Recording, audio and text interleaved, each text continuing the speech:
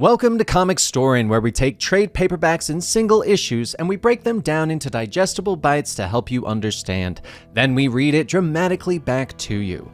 All alterations to the panels, text, and images are to prevent copyright problems, and all art is owned by its respective companies. Today, we are going to be doing the second half of the Batgirl Year 1 story. This is the first year that Barbara Gordon becomes Batgirl. Last time we had Barbara versus the killer Moth, but now we have a new villain on the field.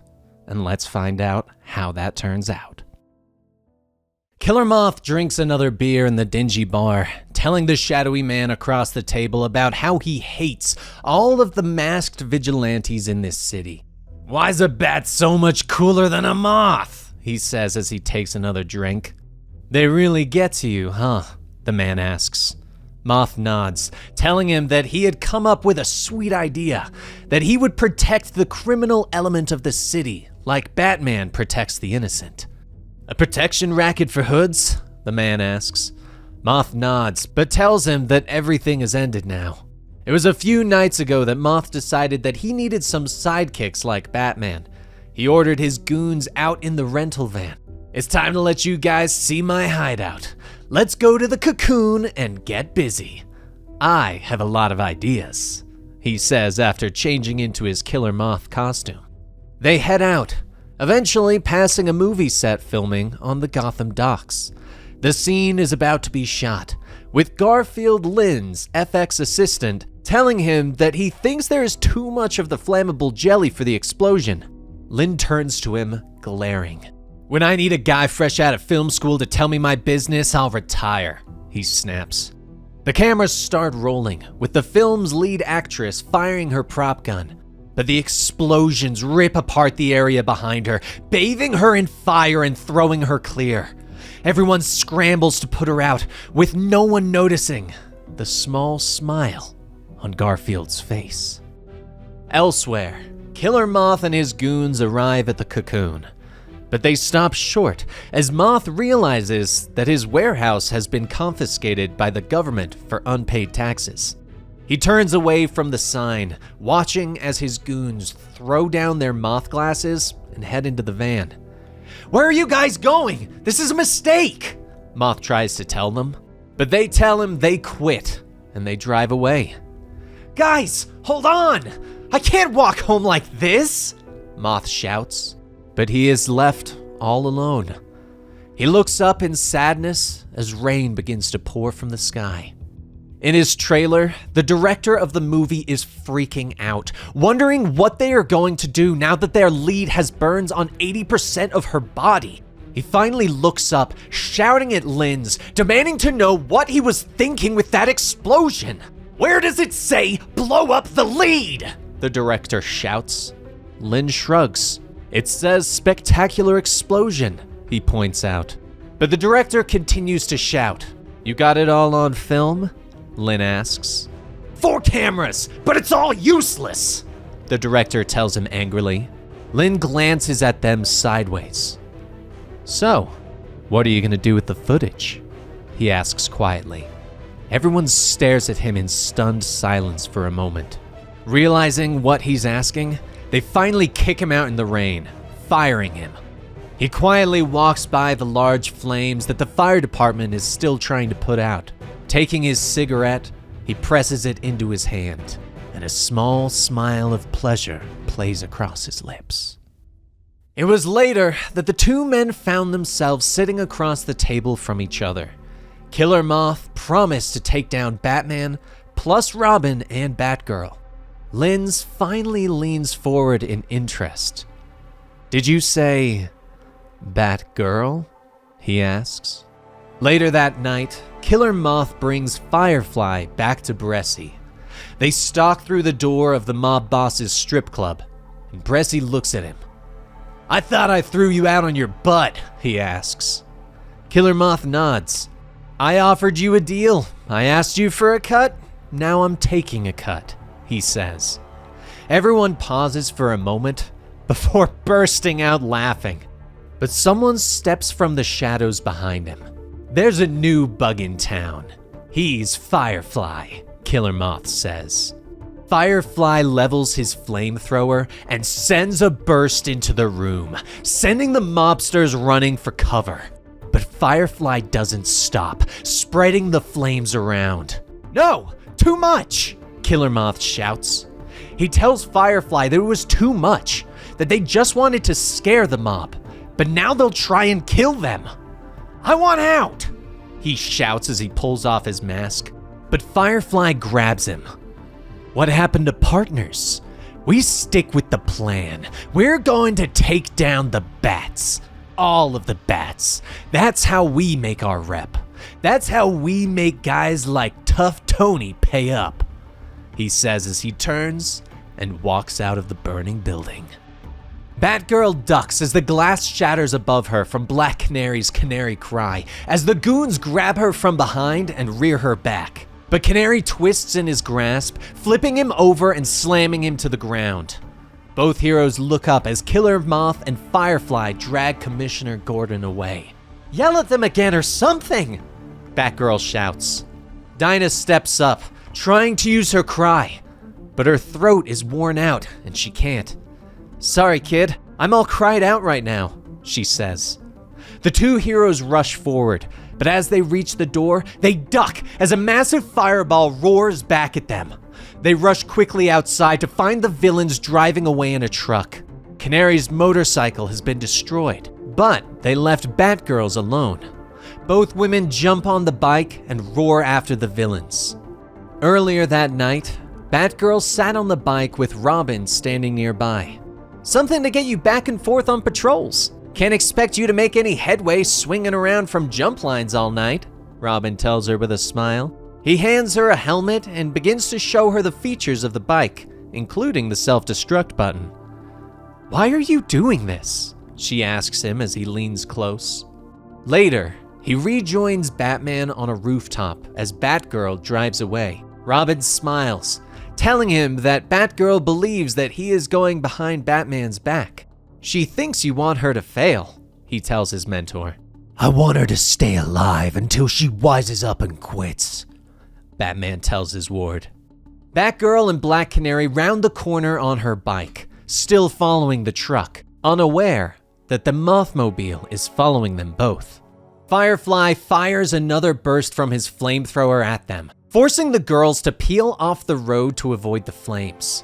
It was earlier that night that Gordon had taken Officer Bard to see an old friend, a former detective that has now taken over Lance investigations. Gordon was asking for any information on the whereabouts of Firefly and Killer Moth. But with nothing learned, he heads back out into the Gotham night. "Keep this under your hat, son. Sometimes private detectives can go places we can't," he tells Officer Bard. Jim swears as he realizes that he forgot his coat upstairs. The young officer rushes back inside. Upstairs, he reaches for the commissioner's coat, but both men look down in shock as a grenade bounces through the door. Outside, Gordon looks up in shock as the explosion rips through the building. He rushes back inside, yelling for Bard. He finds the man in the hall, badly wounded. "Your friend, he pushed me out of the door," Bard gasps.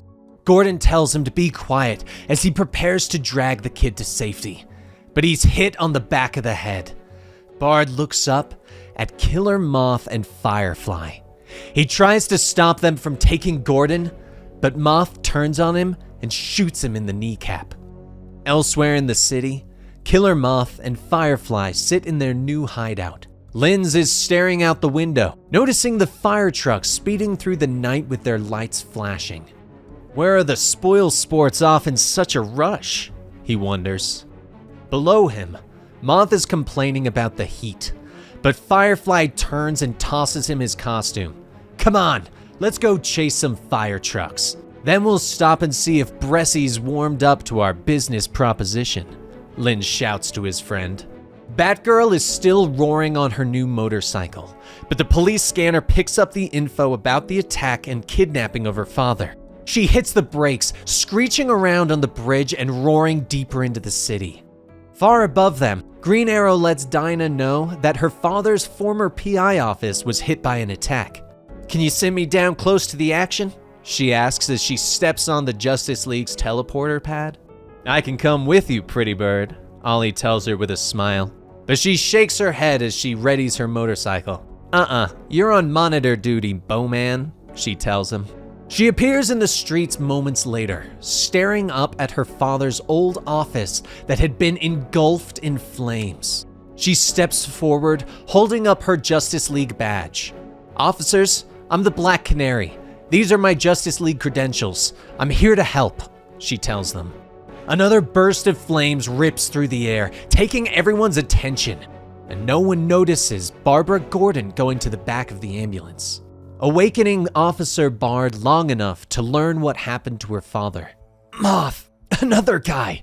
They firebombed Lance's, took the captain. Tough Tony's greenhouse, they said. He gasps at her. She thanks him and turns away, stepping back into the night and pulling on her mask. She goes to get back on her bike, but whirls when she feels someone approaching her.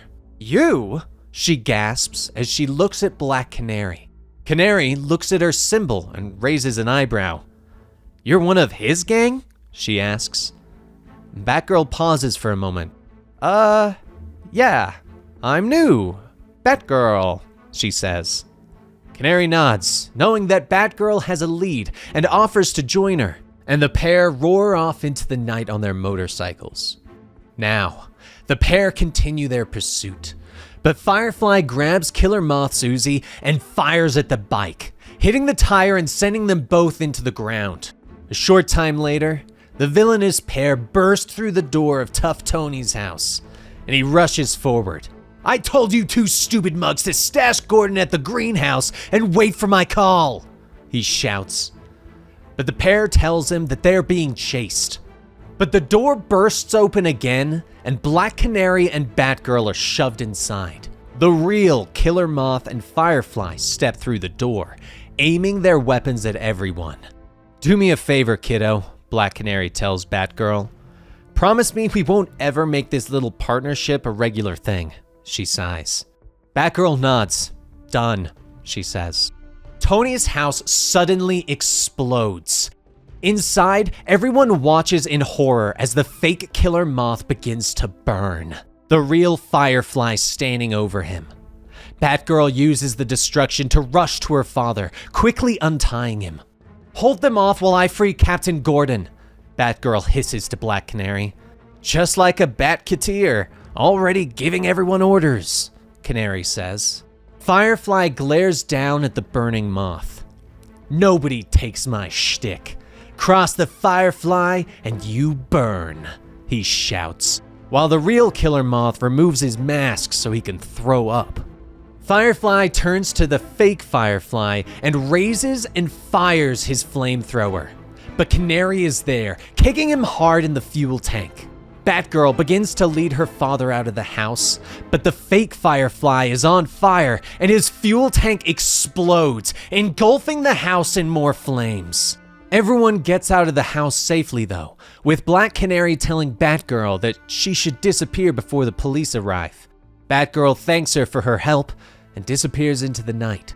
She quickly returns to the trashed bike and presses the self-destruct button, then starts the long walk back to the city. Later that night, Gordon sits by the bat signal when Robin arrives. I'm afraid it's just me tonight, Captain Gordon, he says with a smile. I was hoping to have a little chat with your partner, Gordon says as he lights his pipe. Robin continues to smile. Would you believe he's in Tibet? I won't bore you with tales of assassin cults and dead men, Robin tells him. Gordon nods, asking if Batman is recruiting new partners, but Robin shakes his head. And have to worry about a Batwoman or Bathound bogarting the trademark? Robin asks. Gordon just turns away, not in the mood for jokes. I've had a long night, lad.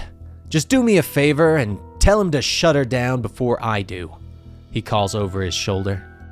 The next morning, Barbara awakens to find that she has heat rash on the part of her face with no mask. She thinks quickly and covers it with face cream so that her father doesn't question it when he sees her. But he is in rough shape and barely looks at her. handing her the paper that talks about Black Canary taking down the arsonists. In their lair, Killer Moth and Firefly are also reading the paper, but Linz lights it on fire and drops it to the ground. Let them think we're cremated. We'll hole up for a while. We bide our time, then we find this little Batgirl and we make her dance a hot little number, he tells his partner. That night, Batgirl leaps through the city, trying to find some action to take her mind off of everything that's happened. She leaps down as a mugger tries to get away with a woman's purse, but Batgirl lands in front of him. He attacks her, but she grabs his arm and pulls, kicking him hard in the groin. Classic, Robin says with a smirk as he steps from a nearby alley, clapping.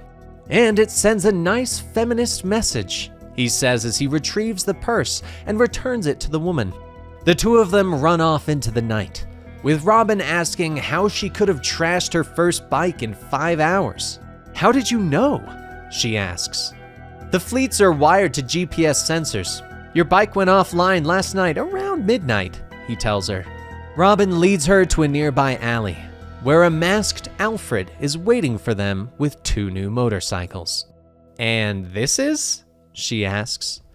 Robin introduces Alfred as Jeeves. He won't be speaking much, secret identity and all that jazz, Robin tells her. Batgirl is surprised by the new bike and the fact that it has her insignia on it.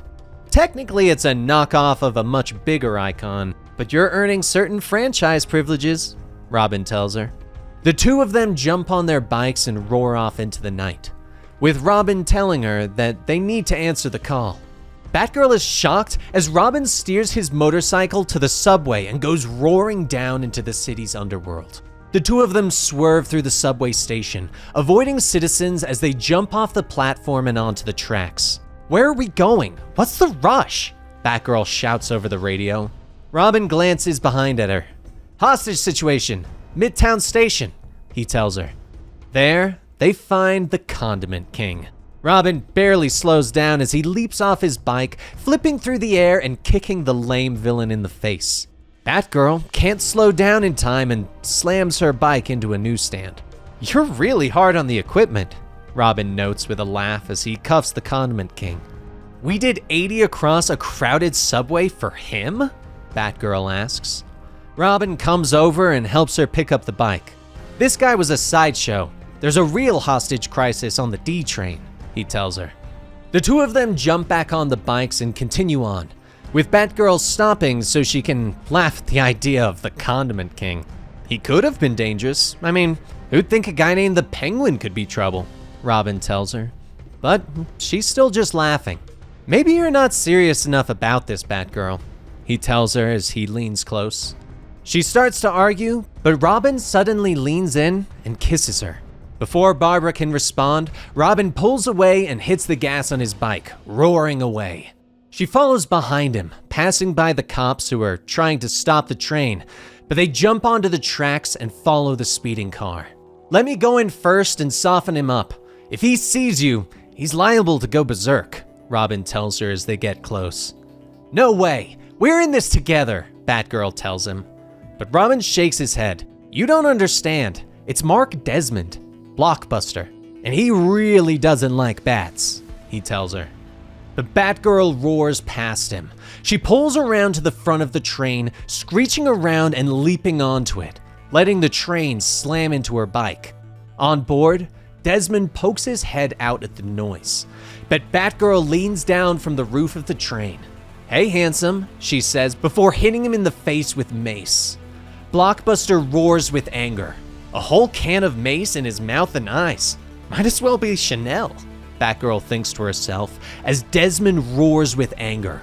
He climbs his way onto the roof as she continues to crawl back. Inside, Robin is ordering passengers to head to the rear of the train. On top, Batgirl continues to fight, but Desmond grabs her by the throat, beginning to choke the life out of her. Batgirl struggles, but the world begins to darken around her.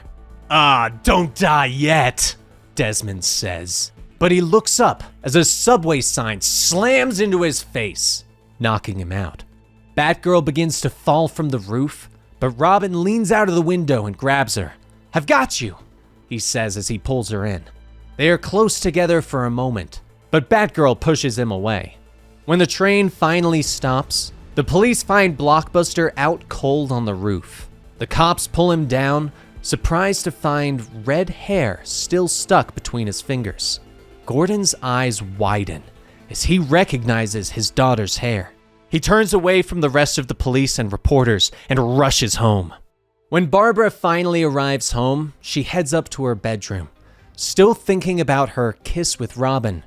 But she is shocked to find her father sitting on her bed, having obviously gone through all her things. "We need to talk right now," he tells her. She begins to act shocked, outraged at his invasion of her privacy.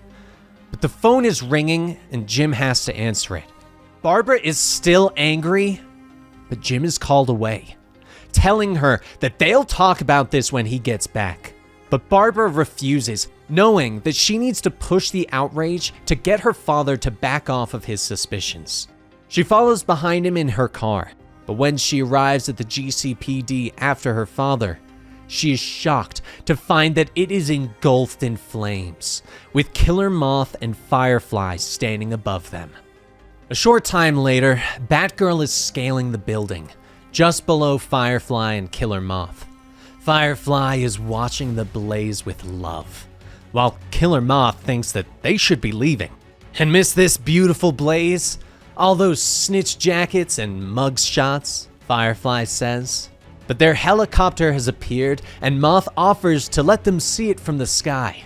But Batgirl leaps onto the roof and rushes after them, hooking her jump line to the helicopter and letting it pull her into the air. "The Batgirl!" Firefly shouts, pointing to the woman swinging behind them. He orders the pilot to swing through the city, hoping to knock her loose or shatter her against a building. Batgirl swings along the line, slamming into a window and cracking it. "Look at her, so pretty and helpless," Firefly whispers as he watches the hero dangling below them. But above them, the Batcopter has appeared, trying to push the villains away from the city. "Not much we can do from here. Let's see how she plays it," Batman tells Robin. The duo watches as Batgirl throws a second jump line, wrapping it around a tower and connecting the two, stopping the helicopter from getting away. The helicopter begins to spin before it starts to go down. Meanwhile, Batgirl prepares to disconnect herself. "What? She's not going to!" Robin shouts as he watches. But Batgirl releases herself, plummeting towards the city below. But she knows that she is above the Gotham Athletic Club, where she used to swim. She crashes through the skylight and lands hard in the deep end of the pool. Above her, the villain's helicopter has crashed, with Batman and Robin cleaning up after her and taking the villains into custody. Batgirl pulls herself from the pool. "I did all the work and they'll get all the credit," she thinks to herself, sighing as she watches. The next day, Barbara is avoiding her father, but she heads into the GCPD to bring him lunch, hoping to appease him. When she heads to work, she finds a letter taped to her computer, waiting for her. The note from Batman is simple, telling her to meet him at the corner of O'Neill and Adams at midnight. That night, she drops to the corner where she discovers the Batmobile. "Get in," Batman tells her. "You're late," he notes as she sits in the passenger seat. "I thought it might be a trap, so I did some recon first," she says.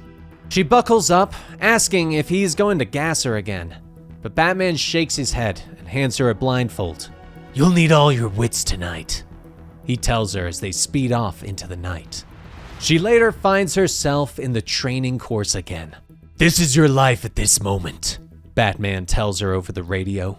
Killer Moth appears and Batgirl defeats him with a simple kick.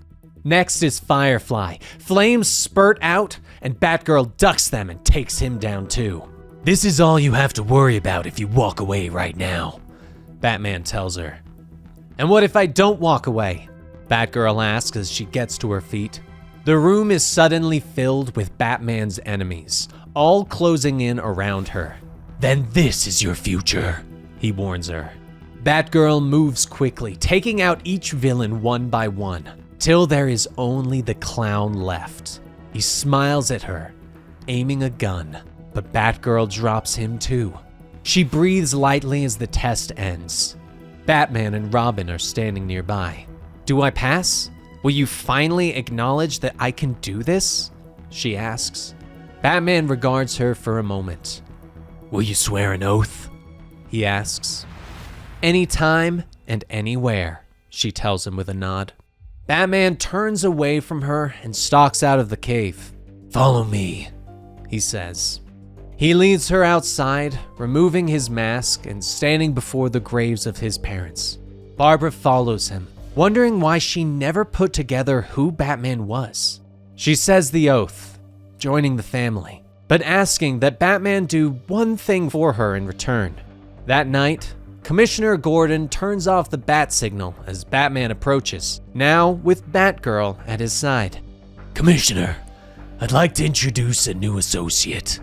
A new partner under my direct supervision, Batman tells him. Next to him, Robin is uncomfortable in the wig and costume. Gordon steps forward, anger in his voice. Batman, 2 I'll accept, but no more, he snaps. The door to the roof opens and Barbara steps out. Dad, are you up here? She asks. Gordon is shocked to see his daughter. But Batman and Batgirl have already leapt off into the night. Barbara? Jim asks, very confused. She smiles at him. Of course. Who did you expect? She asks. And that brings us to the conclusion of Batgirl Year 1. I don't know about you guys, but I really enjoyed this story. I thought it was very well written, the art was great, and frankly, this made me enjoy the character Barbara Gordon Batgirl a lot more. I would really recommend reading this one as well. There's a lot of dialogue that we weren't able to fit into the script that really adds some colorful foreshadowing for Barbara's future.